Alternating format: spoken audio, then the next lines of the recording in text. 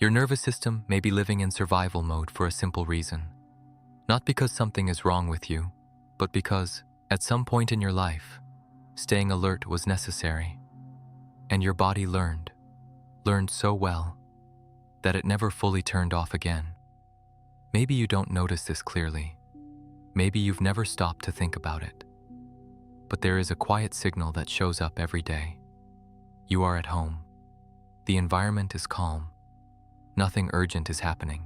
Nothing dangerous, nothing out of place, and even so, your body doesn't relax. Your shoulders stay slightly tense. Your breathing feels shallow. Your mind remains alert, as if something could happen at any moment, even when everything is fine. Maybe you know this feeling.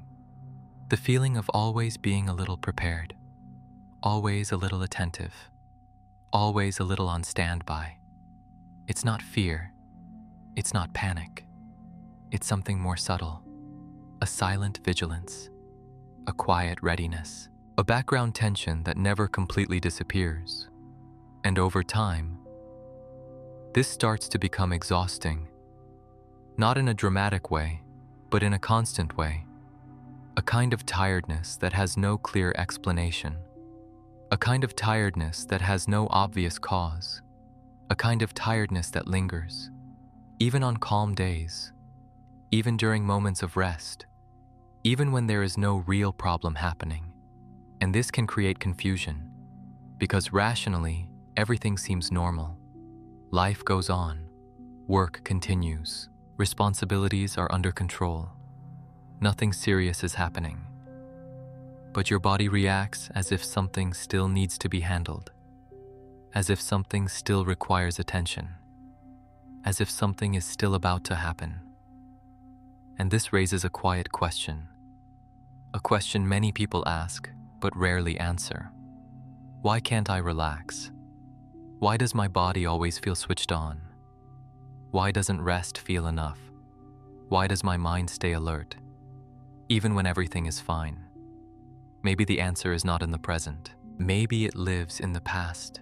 Because the nervous system does not operate only based on what is happening right now. It operates based on what it has learned over time. It learns through repetition. It learns through experience. It learns through necessity. If, during a period of your life, it was necessary to stay alert, your system recorded that. If, during a period, it was necessary to anticipate problems, your system absorbed that. If, during a period it was necessary to protect yourself, your system kept that pattern, even when the danger disappeared, even when life changed, even when the environment became safe, your body stayed prepared, like a guard who remains awake after the threat has passed, like an alarm that stays armed even when no one is trying to break in, like a radar that keeps spinning even when the sky is clear. This is not exaggeration. This is not weakness. This is not a lack of control. This is learning. The nervous system is efficient. It does not easily forget what helped it survive. It does not quickly abandon what once created safety. It holds on. It repeats. It preserves. Because from the body's point of view, it is safer to stay prepared than to be caught off guard. It is safer to remain vigilant than to take a risk. It is safer to anticipate than to react too late. And this makes sense. It made sense in the past. But it can become heavy in the present. Because living in survival mode requires energy. It requires attention. It requires constant activation. Even when there is no danger. Even when nothing is happening. Even when life is calm. There is a quiet effort taking place. An internal effort. An invisible effort. A continuous effort. And this effort wears you down. Not all at once, but little by little, day after day, situation after situation, thought after thought, until the body begins to show signs, subtle signs, quiet signs, signs that are often overlooked, constant fatigue, difficulty relaxing, a sense of tension, emotional exhaustion, low energy, the feeling of always being tired, even without a clear reason. Maybe you have felt this before, the feeling of never fully switching off, of never truly resting, of never completely letting go, as if there is a part of your body that stays active, watching, monitoring, preparing, waiting, even when it doesn't need to. And this creates a strange feeling, a feeling of restlessness, a feeling of alertness, a feeling that something is wrong, even when it isn't. This happens because the nervous system does not respond only to logic. It responds to experience. If experience taught your body that the world requires attention, your body stays attentive. If experience taught your body that relaxing is risky, your body avoids relaxing. If experience taught your body that problems can appear at any moment, your body stays prepared, not consciously, but automatically. Because this is how the nervous system works. It learns, it records, it repeats.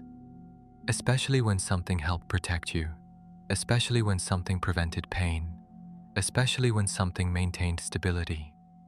The system does not ask whether it is still necessary.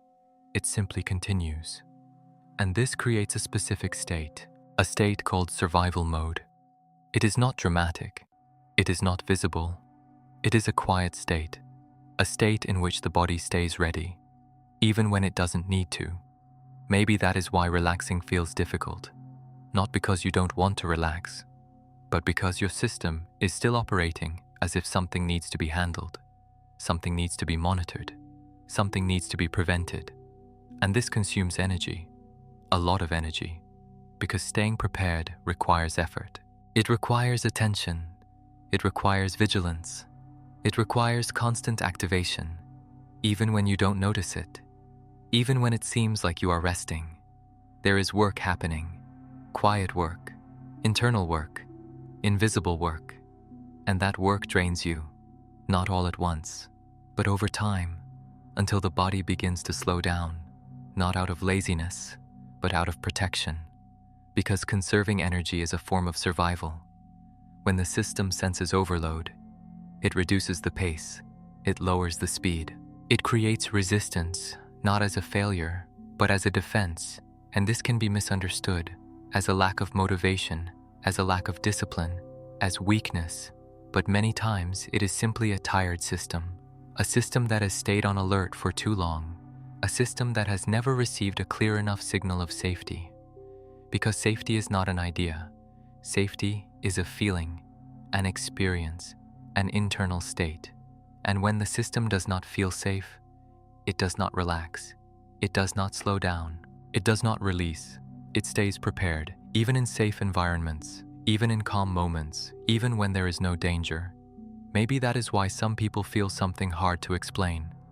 A constant tension, a subtle restlessness, a quiet sense of alertness, without a clear reason, as if something is about to happen, as if something needs attention, as if something is still unresolved. And this can create doubt, it can create worry, it can create the feeling that something is wrong inside. But maybe there is no problem. Maybe there is a pattern, a learned pattern, a repeated pattern, a pattern that made sense in the past, but that remains active in the present. And understanding this changes everything. Because it changes the way you look at your body. It changes the way you interpret your mind. It changes the way you understand your fatigue. Maybe your body is not exaggerating. Maybe your body is protecting you. Maybe your body is not failing. Maybe your body is trying to survive, even when it no longer needs to, because the system does not know that the danger is over. It only knows that once it had to stay prepared, and so it stays prepared until it receives a different signal, a signal of safety, a signal of rest, a signal that it can finally let go. And when that signal begins to appear, something shifts. Your breathing deepens, your muscles relax, your rhythm slows, your energy returns, not instantly, but gradually. Because the system learns slowly, just as it learned to survive, it can also learn to live. And maybe this is the most important shift, not forcing relaxation, but understanding why your body stayed on alert for so long. Because understanding reduces resistance. Understanding creates space. Understanding brings relief. And little by little, your system begins to recognize something new. That not every silence is dangerous. That not every pause requires vigilance. That not every moment of rest needs preparation. That another way of living is possible. A calmer way, a slower way, a safer way, a lighter way. And when this begins to happen, your body changes, your mind changes, your rhythm changes, not because someone told it to, but because your system finally recognized something: safety. Maybe, in the end, the real question was, never. Why am I always on alert? Maybe the real question is this: how long has your nervous system been trying to survive? Even when you are already safe.